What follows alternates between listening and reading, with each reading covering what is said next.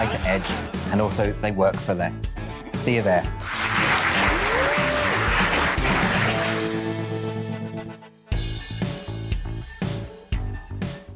Join my show Farage, 7 p.m. till 8 p.m. Monday through Thursday, and there you will get opinion, analysis, debate, and I'll cover stories that nobody else dares to touch.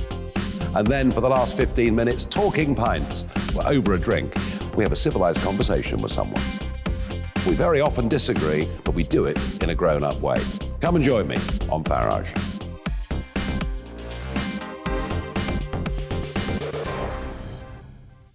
I'm Colin Brazier. I've reported from more than 70 countries around the world, covered wars from Afghanistan to Iraq, from Lebanon to the Balkans. I'm trying to bring that experience, that feel for events, to the studio. And something else, I'm ready to give an opinion. Today's stories with a spark. Brazier from 8 p.m. weekdays on GB News.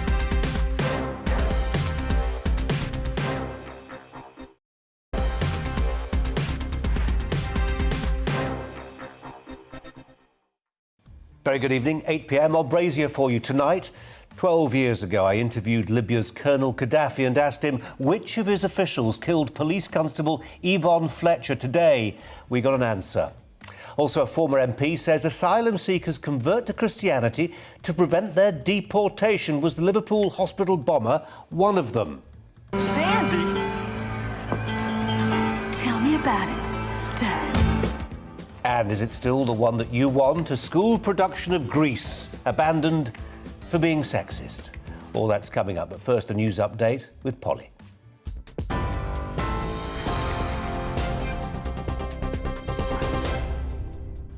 Colin, thank you. Good evening. Your latest GB News headlines this hour. Sir Keir Starmer has said Boris Johnson has been dragged kicking and screaming to reform government standards. The Prime Minister wrote to the Speaker of the House calling for an update to the MP's Code of Conduct. That comes after the Labour leader demanded action this afternoon on MPs working as paid political consultants or lobbyists. Ministers will vote on new measures tomorrow.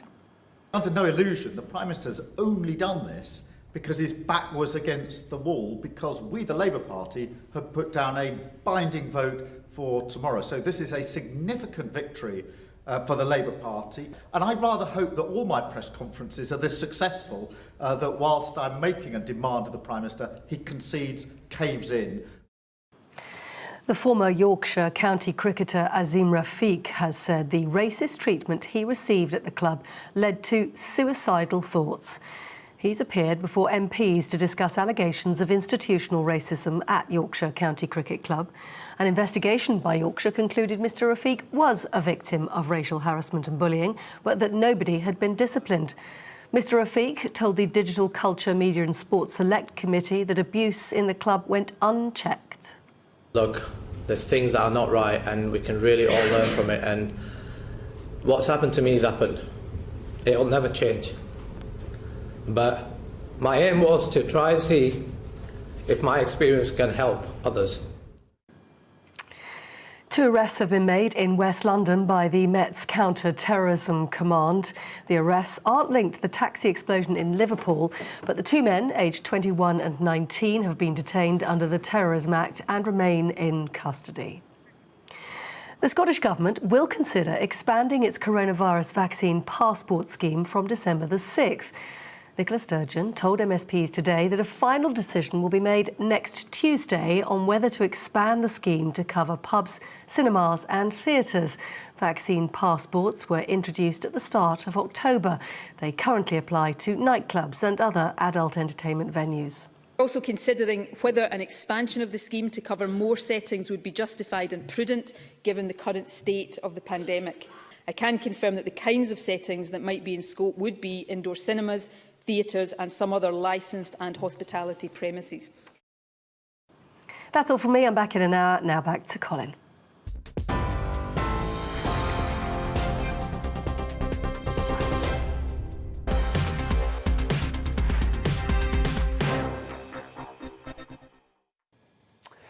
Yvonne Fletcher was 3 when she told her parents she wanted to be a police officer. She was the eldest of 4 girls from Wiltshire and of a determined disposition. In those days, women had to be 5'4" to be a police constable. She was only 5'2". But through persistence and sheer bloody-mindedness, she managed to fulfil that childhood dream and joined the Metropolitan Police Service. On the morning of April 17th, 1984, WPC Fletcher, by that stage, who was 25 at the time, was sent along with other officers to police a demonstration outside the Libyan embassy in London. It was a routine event, but what happened next was far from it and has been since the subject of ongoing diplomatic controversy. From a first-floor window of the embassy appeared 2 submachine guns. Bullets were sprayed at the demonstrators. Several people were hit. WPC Fletcher fatally, a bullet in her back. Well, in 2009, I went to Libya and asked Colonel Muammar Gaddafi about the killing, a senseless murder carried out by his officials. He said he was sorry. He offered his nation's sympathy to WPC's Fletcher's family, but he offered no clue as to who fired the fatal shot or who ordered the shooting. And whatever he knew, he took to the grave. A couple of years after I met him in Tripoli, he was captured, he was tortured, and he was murdered whilst on the run. Well, today the High Court in London provided an answer that Gaddafi wouldn't or couldn't. And what's amazing about this story is that the man who has finally brought justice a step closer, perhaps as close as it can ever be, is the police officer who held WPC Fletcher as she slumped to the ground, mortally wounded by gunfire. His name is former Constable John Murray, who 37 years ago promised Yvonne Fletcher, as she lay dying, that he would find those responsible for what had happened to her. And this afternoon, his lawyers seem to have succeeded, at least partially, in that. They'd brought a civil case against a Libyan man, Salah Ibrahim Mabrouk, who was said to have been a close associate of Gaddafi. After a 3-day-long hearing, the court found Mabrouk jointly liable. His lawyers denied the claim. Mabrouk lives in Libya and is unlikely to face a criminal trial. So, a ruling by a civil court as close to justice as we are likely to come. For those who have fought for it, this was a symbolic ruling and a reminder that the murder of a serving police officer will not lightly be forgotten. I'm very relieved that it's finally all over and the court has found in our favour. This has been a battle lasting 37 years. It's a huge weight off my shoulders. My promise to Yvonne Fletcher as she lay dying to find those responsible for shooting has taken a huge step forward after all these years. We have faced many obstacles to get here today, but we have proven we were right all along. Salah Ibrahim Mabrouk was responsible for Yvonne's murder. Well, that was John Murray. Joining me now, Roy Ram, formerly Commander Specialist Operations at New Scotland Yard. Roy Ram, appreciate your time this evening. Thanks ever so much for joining us. Your thoughts about today's ruling? A sense of relief. Relief also for Jock Murray, because the amount of effort that he has put into fulfilling his pledge to Yvonne has been utterly remarkable. And over the 37 years, through various, if you like, old boys associations, you know, we've seen the stress that it's put on him as an individual, and I can't say enough about his persistence, his honesty, and his diligence. But I think it also shows up some really troubling aspects of British society, that a young police officer who was gunned down did not and has not ever received the kind of support from the British government, various Home Secretaries, various Foreign Secretaries, and I suspect lots of men in grey suits in dark departments in Whitehall, that she should have had. And whatever the sensitive diplomatic issues that have been articulated or alluded to over the years, I can't ever believe that they should have outweighed the horror of this young woman losing her life. Today, she would have been a mum, perhaps a grandmum. She would have had a life. Jock Murray's never forgotten that, and all credit to him. But we shouldn't allow the government and those who have been responsible for hushing up the evidence to escape without some kind of further inquiry. I mean, on one level, this is quite a long time ago now, and it will be difficult to even press some of those men in grey suits, as you described them, Roy Ram, to come clean as to what was happening here. But I suspect when you get this sort of diplomatic fog, when it's not just about a crime that's being committed and you can bring one individual to justice, that's relatively straightforward.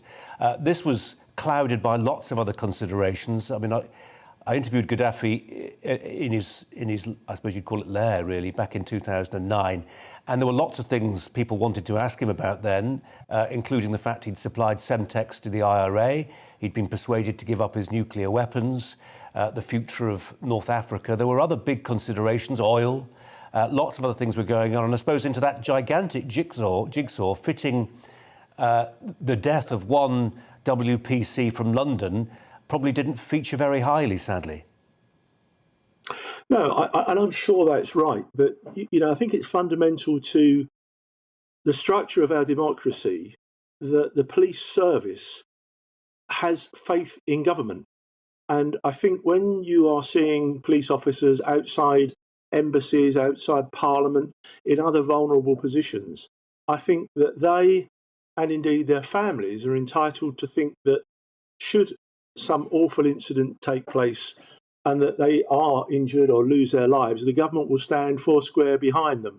And it seems to me, and I think to lots of police officers, that in this case, the balance was wrong. And I think what today shows is that when the British criminal justice, when the British justice system, not the criminal justice, but the justice system generally, is properly used and properly invoked, there is some good to come out of it. How much anger was there, Roy, back in 1984, when effectively whoever it was, and we still don't really know for sure who pulled the trigger, whoever it was allowed effectively to walk free because it was an embassy, it was diplomatic territory, and they were effectively waved through. The embassy was closed. How much anger did that generate amongst serving police officers? Oh, a great deal. I was kind of on the margins of it. I was working at Scotland Yard at the time, and I can tell you that there was disgust, there was a real upset about what had happened, and no matter how much politicians articulated the very good reasons, the national security and all the rest of it, it was for serving police officers at the time. It hurt. It really hurt. Roy Ram, appreciate your time this evening. Thank you very much indeed. Thank you. Well, there's been a sharp focus on the migrant story recently. The Liverpool bomber was a failed asylum seeker. Meanwhile, record numbers of illegal migrants have crossed the channel, with some disappearing straight off the beaches and into the Kent countryside today. But in Poland, a significant development tonight in their migrant story as violence flared on the border. Here's a look at what happened. This narrow riband of earth has become the most contested soil in Europe. On the far side, where the campfires burn, migrants who want to force their way into the EU. In recent days, they've congregated here at the border crossing, in normal times a sleepy checkpoint between Poland and Belarus. On the ground, on the Belarusian side now, and the Western media sent to cover the story are now part of it. It's mainly Middle Eastern men who are here, but the pictures fed back to London and Moscow and Washington and Istanbul often feature children. Cannier migrants know they can't overpower 15,000 Polish soldiers, but they can pluck at the heartstrings of world leaders. Which is why what happened this afternoon was highly significant. It's quite possible this was the moment a handful of hotheads succeeded in thwarting their own invasion. If there were politicians in Warsaw thinking of throwing open the frontier, then images of migrants hurling logs and rocks is unlikely to have inclined them towards charity.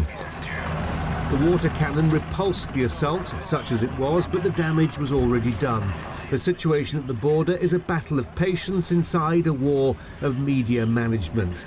These images beg simple questions. Why would you wave someone through a border who moments earlier was trying to destroy it?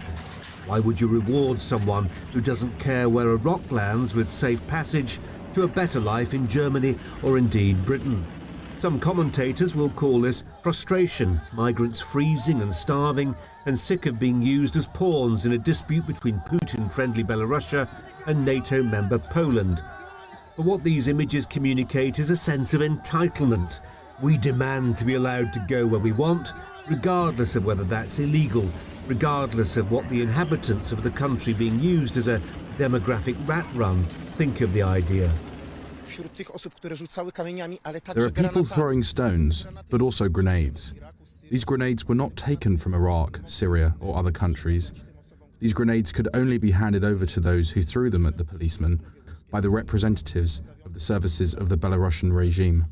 So today was a huge setback for these migrants, but is it the end of the story? Perhaps not. Look at these images from another part of the border. Under cover of darkness, a Belarusian soldier is trying to create gaps in the fence for migrants to exploit. This may all seem a very long way off, but not if you are one of the British Army engineers who are now at this frontier, advising their Polish counterparts how to make the border migrant-proof. Let's turn to Chris Malazek, a journalist at Poland-Belarus. That's the news platform which reports on Polish defence and security. I'm guessing, Chris, you're quite busy at the moment. Where does this crisis go next? Well, this crisis, thank you very much for hosting me on your programme. This crisis is very much theatre at the moment, with really the migrants being used as puppets by the puppet masters in Belarus and Russia. And of course, a clue to what's really going on took place yesterday when Angela Merkel finally called President Lukashenko to discuss the migration crisis and the humanitarian crisis. And the Belarusian TV straight away saw that as a great victory, that actually she'd legitimized Lukashenko and his government. And of course, we also had a call from President Macron to Vladimir Putin, and he promised that he might do something on de-escalating the crisis on the border. So really, those people on that border are being used as pawns in a very dirty political game. And that game, of course, is a form of hybrid warfare to try and weaken the West's resolve. Russians have a lot of issues that they want to take up with the West, and also so has Belarus. They want money to actually stop the migration. The Russians, of course, want to sell their gas on Western markets. The Russians also want to push NATO back away from their borders, and they want to have full power over the former states such as Ukraine. So it's a big game of which this is just a part. And the migrants, I'm afraid, are stuck in the middle of it. And some of them, of course, will try and get through on the quiet through the forests and the bogs. But of course, the winter is going to make that very, very difficult in the coming months. So we can only expect that we're going to get into a situation where there will be more humanitarian concern about what's going on. But in the end, the Polish authorities have no choice but to stop this, because if they allowed tens through today, there'd be hundreds tomorrow, thousands the next week, and maybe hundreds of thousands the following month. You know, this is an evolving problem. One solution arguably is just, and this is a plan that's in the works already, to build a big wall along part of the border. I suppose if there is some type of compensation, some financial offering made to Minsk, it buys time that allows that wall to be built. Well, Minsk wants money like Turkey wanted money to keep the migrants, but of course Minsk wants a lot more than that. It wants actually the sanctions to be lifted. It wants full recognition of Lukashenko, when the Russians want their sanctions on them lifted. And this is a crisis that's been set up to try and give them some leverage in that particular debate. Now, the Polish authorities want help from the EU to build that particular wall, and it's not something that, of course, Lukashenko will welcome. Lukashenko wants the EU to help him, to finance him, and also to recognize him and to stop sanctioning him. Chris Mulaznik, there we leave it, but appreciate your time this evening. Thank you very much indeed. After the break, 2 prestigious schools in Australia cancelled a production of Grease for being sexist. We'll explain.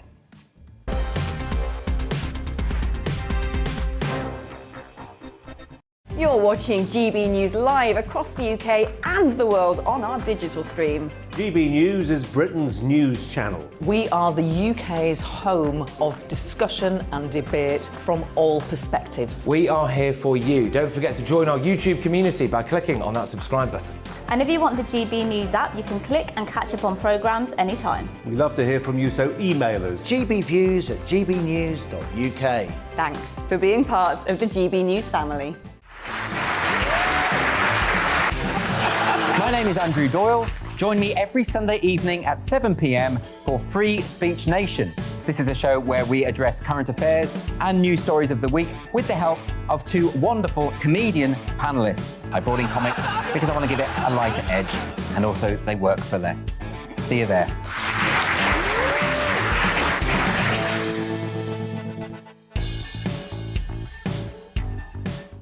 Join my show Farage, 7 p.m. till 8 p.m. Monday through Thursday, and there you will get opinion, analysis, debate, and I'll cover stories that nobody else dares to touch. And then for the last 15 minutes, talking pints. We're over a drink. We have a civilised conversation with someone. We very often disagree, but we do it in a grown-up way. Come and join me on Farage.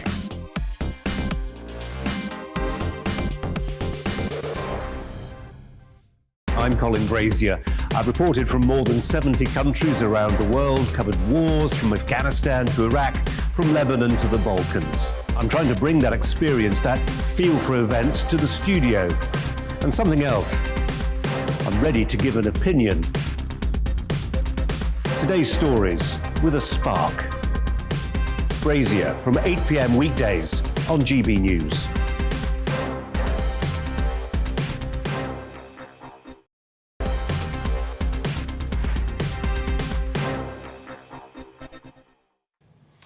Armistice Day recalls the 11th hour of the 11th day of the 11th month. It was last Thursday.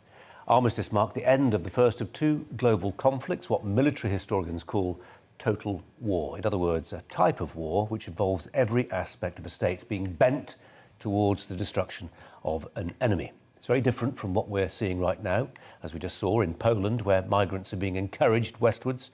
Not total war, but hybrid warfare. Not a type of warfare that will destroy a country, but will leave it perhaps unsteady or weaker. Not all-out conflict, but the sort of psychological operation that sees women and children turned into ammunition in a propaganda war. Well, it's not just on the Polish border that migrants are being used to wear down a rival state. It increasingly feels like the French are waving migrants through without any meaningful attempt at stopping their progress to Britain.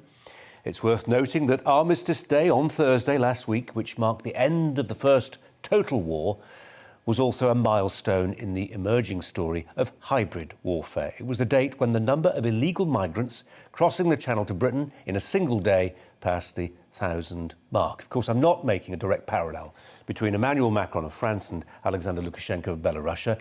Macron has not encouraged migrants into his country solely to use them against a hostile neighbour.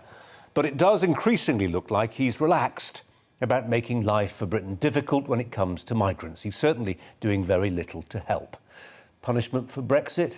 Well, who knows? But there's a question that is begged by that phrase we keep hearing, weaponising migrants, and it's this. If the movement of migrants is such an unequivocal gift to Britain, why do our enemies see it as something to be inflicted upon us? Let me put the question another way. When you look at this man, Alexander Grigorievich Lukashenko, what do you see? Do you see a man who is moved by the sight of suffering, or do you see a ruthless, unsentimental manipulator?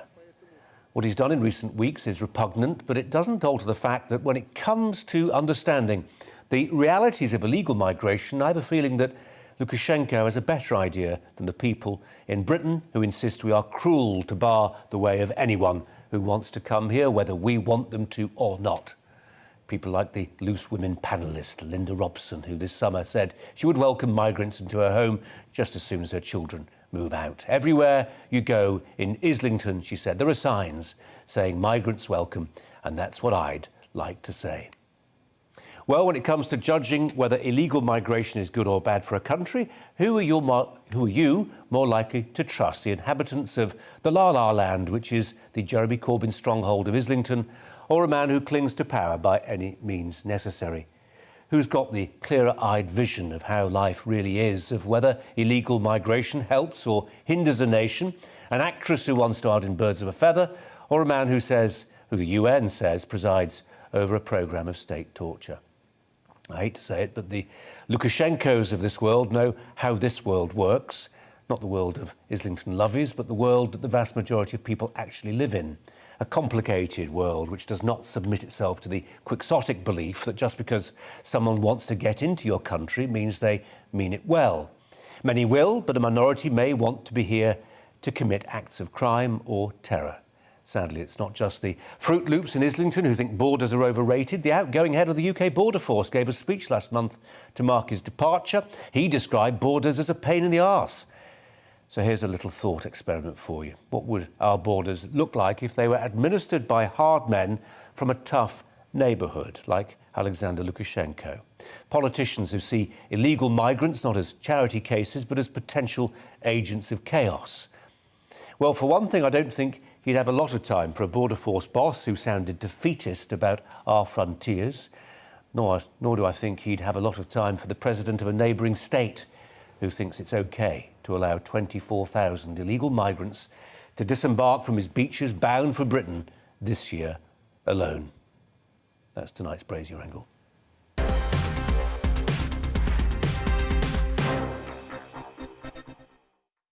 Well, our Home and Security editor, Mark White, is just back from Liverpool, where he was covering the terror attacks, such as it was, Mark, there, and reflecting now on what's been happening in the Channel today. I make an uncomfortable elision there between what's happening on the Polish border and what's happening on the beaches of France. They're not that similar, but there is a sense in which they're both being used by one state to punish another. Yeah, and there is an issue that is of concern. The police and the security services have said in this country that they have for some time been concerned about the flow of people through these irregular routes into the UK who are undocumented. They are told by the people smugglers to throw away their passports, other identifying documents, to make it much more difficult for UK authorities to get a handle on exactly where they're from, and ultimately to make it more difficult for them to be returned to their home country. But the other side of that, with no documentation, is it's much more difficult for the security services and the police to delve deep into your background, to find out if, when you were in a war-torn country like Syria or Iraq, you were involved in activities with groups like ISIS. And to take it to the conflict that is ongoing on the border there, this hybrid warfare that Belarus is indulging in at the moment, pushing these people over the border into Poland and also into Lithuania. Well, the Lithuanian government have said that in recent weeks, with 4,000 people pushed over their border by the Belarusians, 24 of them at least, who they've been able to find out a little about, had links to extremist groups out of the Middle East, mainly in Syria, groups like ISIS, groups involved in the conflict in that country. That is of concern to them. It's got to be of concern to the security services and the police here as well. We'll bring this all the way back in a loop back to what happened in Liverpool on Sunday. You went there to cover it. Story today, we're going to be discussing this a little later on. There was an interesting piece in the Telegraph today by a former MP who said when he started his job, he was briefed by the Home Office about the extent to which asylum seekers would try and dupe the Home Office, even going so far in some instances as making sure that you couldn't see their fingerprints. They'd burn their fingertips to stop fingerprints being taken. And in this context, a conversion to Christianity would be, I mean, it's extraordinary to even think about this, but a brief conversion to Christianity would prove in the eyes of the Home Office you're an apostate and therefore potentially vulnerable to being killed for renouncing your faith. Is there a suggestion that's what this bomber in Liverpool had done? It's certainly right up there in terms of the suspicion about what his real motives were for converting to Christianity. Now, this is not to say that all people who come here of a different faith and decide to become Christian are doing it for reasons other than, a genuine need or want to enter into that particular religion. But I've been told that this has, for quite a while now, been a tactic of a number of asylum seekers who see it as an opportunity to get a better response in terms of their application that they're putting forward to stay in this country. There's lots of things that they're often told by the people smugglers in particular in coming to the country that they should do to help them. The right things to say, the right things to do. For instance, I was speaking to a colleague who was telling me that she had an Albanian person that helped in her garden, and she said that the Albanian who came over said they were from Kosovo and they'd thrown away their documents as well, and that they were involved they were being persecuted in Kosovo. That got him into the country. They don't say that anymore, he said, the Albanians, when they come across, they say they're gay. And we've heard that as well about people who come from Iran and say that they're gay and would be persecuted in that country. There's all kinds of things that are said to those officers who are involved in the immigration process and who are looking at asylum bids. And, it's a well-marketed programme that the people smugglers are involved in, netting them many millions of pounds each week from just the cross-channel trade alone. And as part of that service, they're offering some, well, it seems fairly successful advice, judging by the Albanian gentleman who's doing rather well here now, I'm told. We shouldn't be surprised. It's the great, for some people, if you're moving from Iraq to the UK, it's the great transformational moment of your life. Of course, some people are going to lie to get what they want, aren't they? I think that's a reasonable assumption. Mark, thanks very much indeed. Well, joining me now from Washington, D.C. is Dr. Jill Goldenziel, Professor at Marine Corps University and Geopolitical Risk Consultant. Jill, thanks so much for your time. We appreciate it. We've all become familiar in recent weeks and months with this idea of weaponising migrants. It's a disgusting phrase, really, that people, real people, should be turned into a type of weaponry. What do we mean by it? It means one state using a mass migration of people in order to target a target state with that mass migration. And it puts them in a legal bind because it means that they're forced to choose between protecting their sovereignty, walling off their borders in a hardline security way, and fulfilling their international humanitarian commitments to international refugee law, and allowing people to seek asylum if they are being persecuted on basis of race, religion, nationality, political opinion, membership in a particular social group. And then, of course, there are humanitarian concerns that go beyond that, people fleeing war and violence, poverty, etc. A lot of those humanitarian concerns are reflected through the prism of the media. Can we just talk a little bit about the role of the media, specifically on that border between Poland and Belarus? It's interesting, I think, that the Polish, on the Polish side of the border, they've imposed a 3-mile wide exclusion zone for ordinary members of the public, and that includes the media. So if you want to tell the story from the Polish side of the border, forget it. You accept the official footage from the Polish army, etc. And then on the other side of the border, you've got people we're telling a different story, you could argue, a little less martial, a bit more humanitarian focused. But a lot of this argument is conducted through images, isn't it? Yes. And it's difficult to tell what's going on the Belarusian side of the border, of course. Most likely we're seeing accounts that are official state media that are being broadcast, but there may be smartphone footage as well, and people broadcasting that, individual migrants broadcasting that. I can't really speak to what's happening over there and if there's any kind of exclusion zone set up by the Belarusians as well. It's very difficult to get a sense of what's going on because of the media exclusion that goes on really on both sides, just in different ways. It's hard to know really also what the ultimate motives involved here. I mean, there's a sense it could be something grandly strategic. It could almost be something potentially quite grubby. I mean, if Lukashenko's in the business here of securing some handouts, whether that's from Warsaw or more likely from Brussels, just so that Poland can buy some time to actually erect a proper wall to keep out future influxes of migrants, then maybe that's the game he's in. I mean, the problem with hybrid warfare is there are no stated aims, are there? There are no war aims. Right. And I don't know what we're going to see coming up either, because the EU has been successful in calling off airlines from bringing large flights of migrants over. They've been successful in calling off some hotel chains as well. Some have voluntarily told migrants not to go because they see what's going on at the border. Networks, rumor networks, as you were talking about a little bit in your last segment, they travel really quickly through the migrant community. So it's not clear to me what's going to happen with the migration flows from here.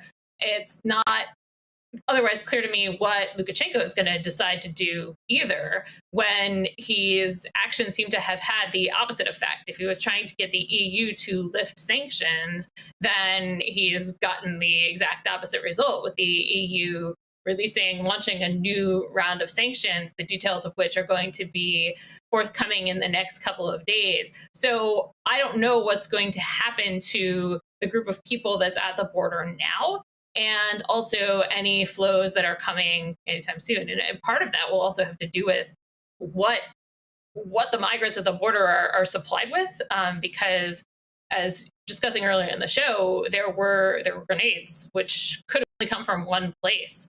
Migrants weren't importing them, or it would be very unlikely that migrants were importing them from their home countries across Belarus to the border. They pretty clearly came from Belarusian state in some way. So the situation could ramp up very quickly. It could dissipate very quickly. I don't know. Golden ZL. Jill, thanks so much for your time. Really appreciate your expertise this evening. Thanks a lot. Thank you very much. Well, now, we are changing tack here. A production of the hit 1970s, are we changing tack? I'll start again. A production of the hit 1970s musical Grease has been abandoned in Australia after a small group of pupils complained it was patriarchal. It was to have been performed next year at 2 private girls' schools in Perth, Western Australia, but after allegations that the storyline was sexist and anti-feminist, it was dropped. It is no longer the one that they want. Andrew Doyle he's here. You couldn't resist it, could you? No. Yeah, nobody wrote. I did. I wrote that. Of course. What do you make of the last guest who was from the Marine Corps University? Do you approve of that idea? She was from the Marine Corps. Oh, right. Okay. The Marine Corps has its own university. Well, I mean, why not? I mean, I just stepped in during that interview, so I didn't hear it. But thanks for putting me on the spot there. Yeah, why not? I digress. So Grease, it's got to go. Are you a fan of Grease? Oh, yeah, I watched it a long time ago, but yeah. I prefer Grease too, actually. I'm in the minority that prefer Grease. Right. But nevertheless, that's not the point. The point is it's 2 schools, private schools. They're always affluent schools, aren't they? But it's these schools in Perth. And they were going to do a joint production. And a few of the pupils have said that they found the text sexist. And again, it's always only a small minority, isn't it, who have said this. And so they've cancelled the production on the basis of what a few people say. And this is the problem. Whenever you have these sorts of complaints, either if it's in schools or corporations or businesses or whatever, it's only 1 or 2 people normally who are making the complaints. And suddenly everyone capitulates. And, you just wonder. I mean, one of the schools is called the Presbyterian Ladies College. You imagine they might want to change the title of their own school. If they're really that worried about antediluvian phrases, then that would be the way to go. But this, I find it utterly, utterly bizarre. I mean, this is written in a different time. It's set even earlier than when it was written, So the idea... It's sort of a prequel. It's set in the 50s, isn't it? Oh, sorry, I see what you mean. It was written in the 70s. It's from a time where we did have different attitudes and values. You do wonder, though, don't you, what would happen if they ever came across something like Taming of the Shrew? What would they would have conniptions. They wouldn't know what to do with it. Conniptions. I like that, yeah. And as you say, it is often just a tiny vocal minority, and it's disappointing. Maybe we're going to learn this, Andrew. Maybe we're going to evolve. Maybe people are going to grow multiple pairs and actually learn to face down this criticism when it happens and say, that's the key. That is the key. Right? That's the key, because any play, musical, work of drama, work of art, full stop, from the past, is bound to have elements that do not match the values of contemporary intersectional. I'm not sure Grease qualifies as a work of art, but I get your drift. No, it doesn't. Of course, it doesn't. But it's nevertheless, you could do this about any musical at all, and you will have nothing left. So effectively, yes, Let them complain. By all means, people have the right to complain. That's free speech. They can say whatever they want. They can say, you should cancel this, you shouldn't be doing it, and then everyone should just ignore them, and then we'll all be happy.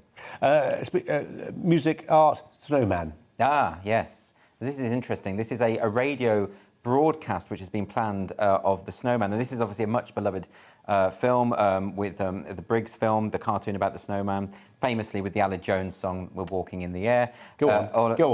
I do have the voice of an angel, but I'm not going to do that now. I would have had to have gargled before the show. But nevertheless, the composer Howard Blake has said that the version of his music that they are intending to perform on Radio 3 on Christmas Eve is a vile desecration of his original intention, because he wrote that, obviously it was a multi-instrumental track or piece. They've decided to do it a kind of a cappella version. What's wrong with that? Well, this could be quite an interesting interpretation, but the composer considers it a desecration. He's absolutely outraged. And it's interesting. Can you patent music? I mean... Well, I mean, they are entitled to do it, of course, and this happens all the time. This is why you never have writers and directors together in the theatre, because they often hate each other.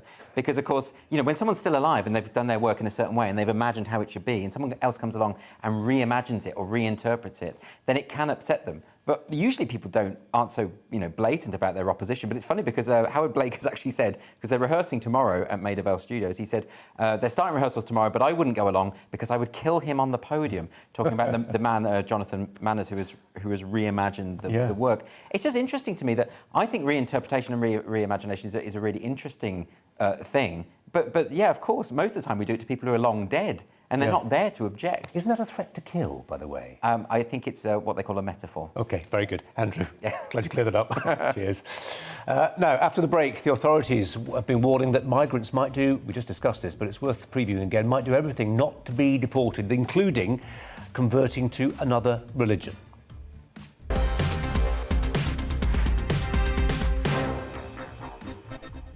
You're watching GB News live across the UK and the world on our digital stream. GB News is Britain's news channel. We are the UK's home of discussion and debate from all perspectives. We are here for you. Don't forget to join our YouTube community by clicking on that subscribe button. And if you want the GB News app, you can click and catch up on programmes anytime. We love to hear from you, so email us. gbviews@gbnews.uk. Thanks for being part of the GB News family. My name is Andrew Doyle. Join me every Sunday evening at 7 p.m. for Free Speech Nation. This is a show where we address current affairs and news stories of the week with the help of two wonderful comedian panellists. I brought in comics because I want to give it a lighter edge, and also they work for less. See you there.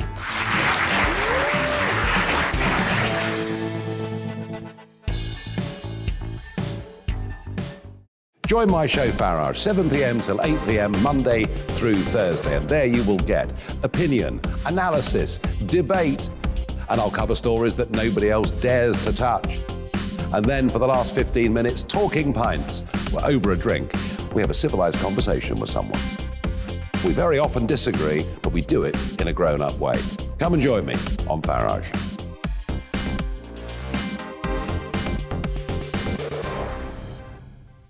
I'm Colin Brazier. I've reported from more than 70 countries around the world, covered wars from Afghanistan to Iraq, from Lebanon to the Balkans. I'm trying to bring that experience, that feel for events, to the studio. And something else. I'm ready to give an opinion. Today's stories with a spark. Brazier from 8 p.m. weekdays on GB News.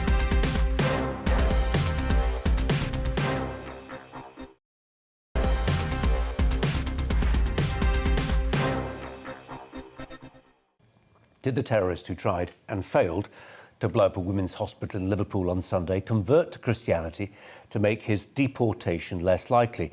It's a pretty cynical question by any standards, but it's one prompted by several reports suggesting this practice is relatively commonplace amongst some asylum seekers. A former Labour MP wrote that he'd been briefed by Home Office officials who told him that people traffickers routinely encouraged Muslim asylum seekers to go to church. It would make their application for asylum more likely to succeed, the logic being that those who'd renounced their faith might first face persecution for apostasy should they be returned to their home country. It is known that Sunday's would-be suicide bomber, Imad al-Swelman, had completed a short 5-week-long course at Liverpool's Anglican Cathedral and that he'd previously lied about his nationality in order to make his asylum application more plausible. One Muslim who adopted Christianity and who later served as a curate at Liverpool Cathedral has warned that many people were using conversion as an asylum loophole. And a former dean of Liverpool has previously said, quote, "I can't think of a single example of somebody who had already had British citizenship converting here with us from Islam to Christianity." Well, joining us now, Alp Mehmet from Migration Watch. Alp, very good evening to you. Thanks for your time. Evening to you. This is sensitive territory, as it often is on this subject, but this feels particularly so. And as I read out that question, it feels so deeply cynical. But I think sceptical is the better word. We need to be sceptical, and I think partly because, as I said to Mark White, our Home Affairs editor, a while ago, the act of migrating, whether that's legally or more likely illegally, because it's such a risk involved, can be a great transformational, if not the great transformational moment in somebody's life. And of course, many will do whatever it takes, really. Many will do whatever it takes, because all people have done whatever it takes if they're determined enough and want enough to get into another country. I was an immigration officer many, many years ago, and even then, converting to Christianity or converting to another religion was part and parcel of the device that you were very often coached almost to use when being confronted by an immigration officer. So it's nothing new.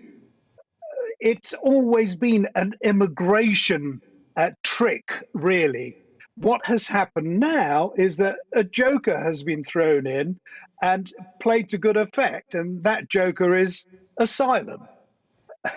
Asylum, really, which 40 years ago we saw very little of, and I certainly didn't come across anyone who sought asylum in the 1970s. Now it is a guaranteed way of getting to this country or any other country in Europe and staying there. And that's the whole point, I'm afraid. It's using it in order to enter the country and remain here, and that's what's happening. And it's incredibly difficult. I mean, putting your old immigration official hat on, Alp, it's very difficult to determine the degree of sincerity, truthfulness, veracity. If somebody's saying, look, I'm gay, if you send me back to X, I'll be executed. How do we test that? I mean, how do we test the truthfulness of somebody's religious conversion, how much they believe in a particular faith? This is really tricky. Well, of course, that's the whole point of having border officials who are experienced and know what they're asking and are able to establish the truth by a series and a process of questions. That's what's really gone now. Very often people will arrive at Dover, and this year we've had 25,000 already, and not just those coming in dinghies, by the way. We've also still had something like 9,000 or 10,000 coming in the backs of lorries. So it's a significant number. They're coming here, really, and they're not being questioned to the extent that they should be. And that's the whole point. We no longer have the resources necessary in order to talk to people and talk to them at length in order to establish whether or not they're telling the truth. Somehow it's become almost shameful to question people who want to come to this country. That is wrong. If we have a border, we've got to make sure it's a secure border. At the moment, it isn't, I'm afraid. Even telephones are now being used to keep in touch with people who are entering the country illegally, frankly. I mean, it's absolutely absurd that we've got to this stage where we're doing so little in order to check and question those who are coming into the country.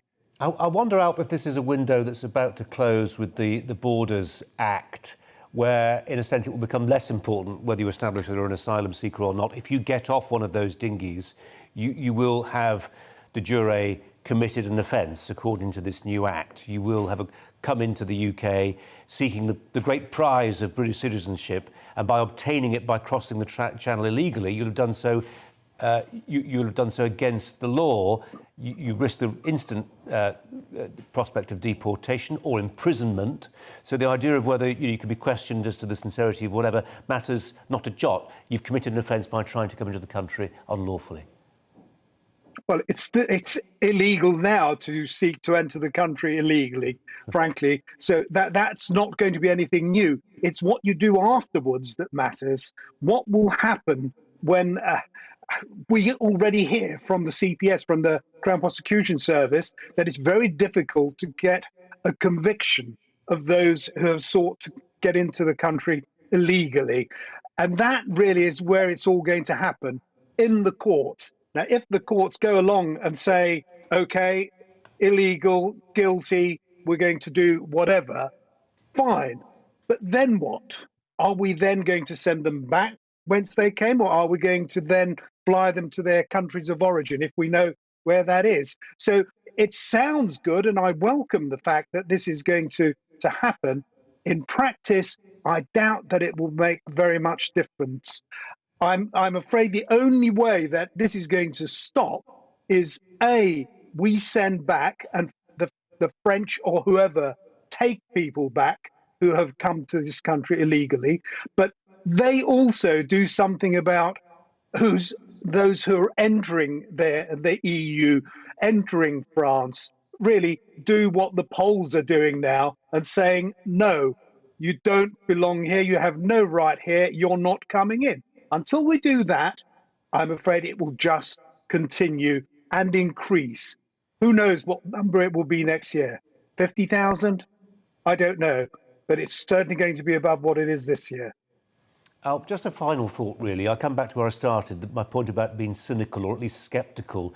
Do you worry that far too many people in this country are incurious about what's happening here, the human drivers involved? Because it strikes me there's a reluctance to believe or even suspect the worst motives in some of the people trying to come into this country, whereas perhaps to other people, the sensible starting point is to assume the worst and then be pleased when it doesn't work out that way.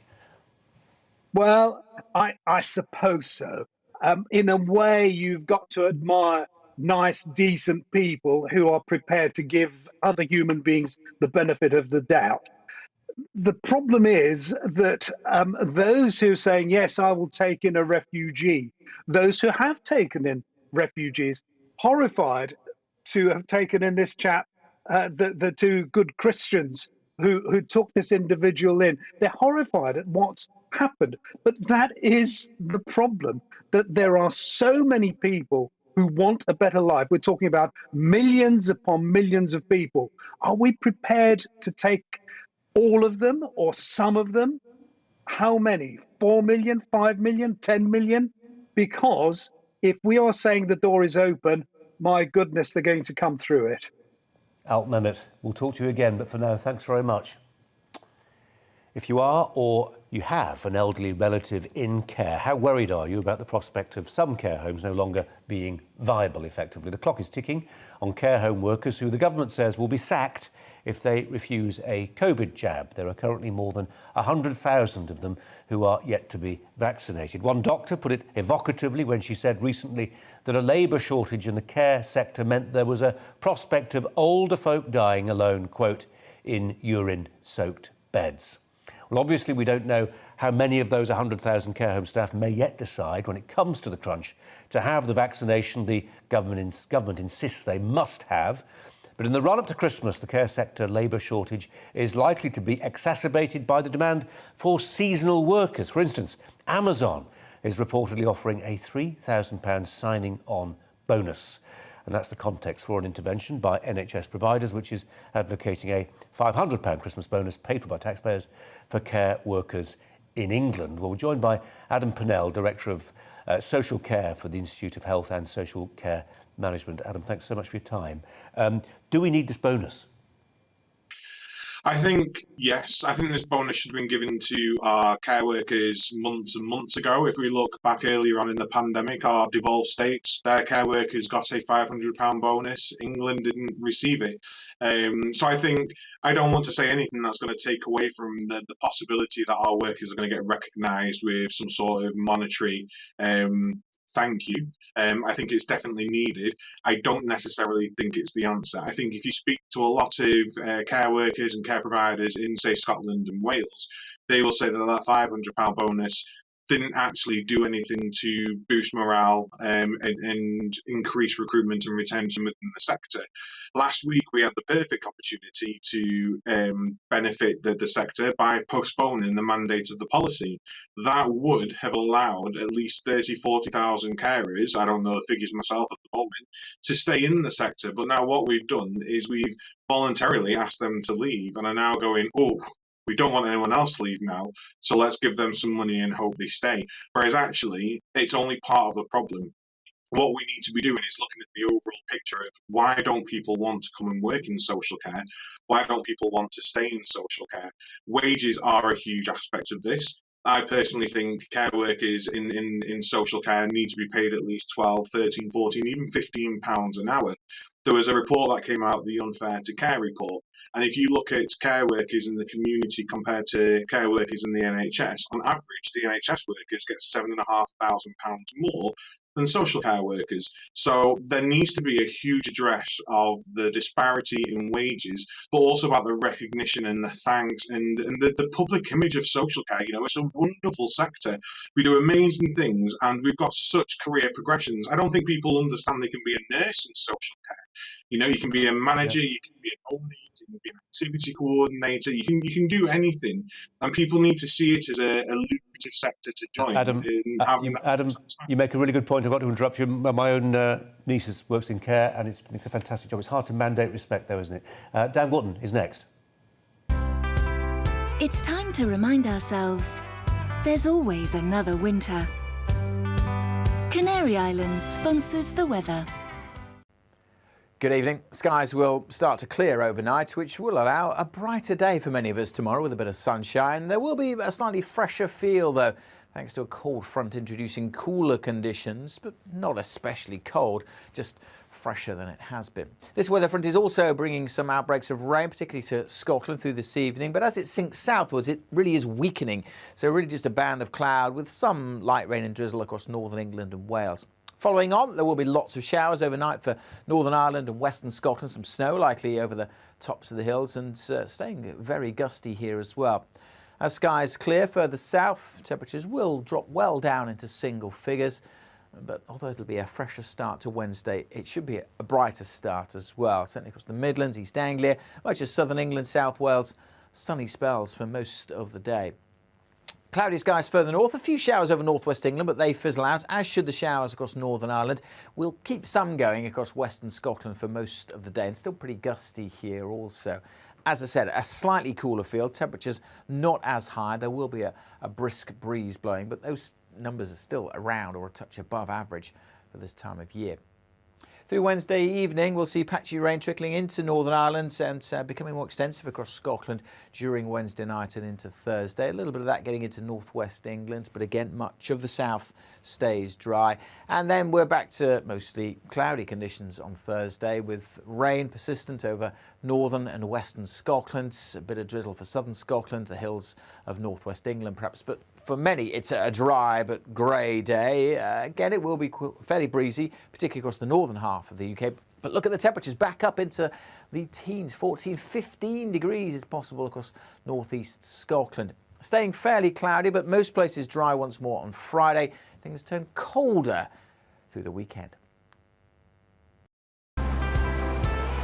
Canary Islands sponsors the weather.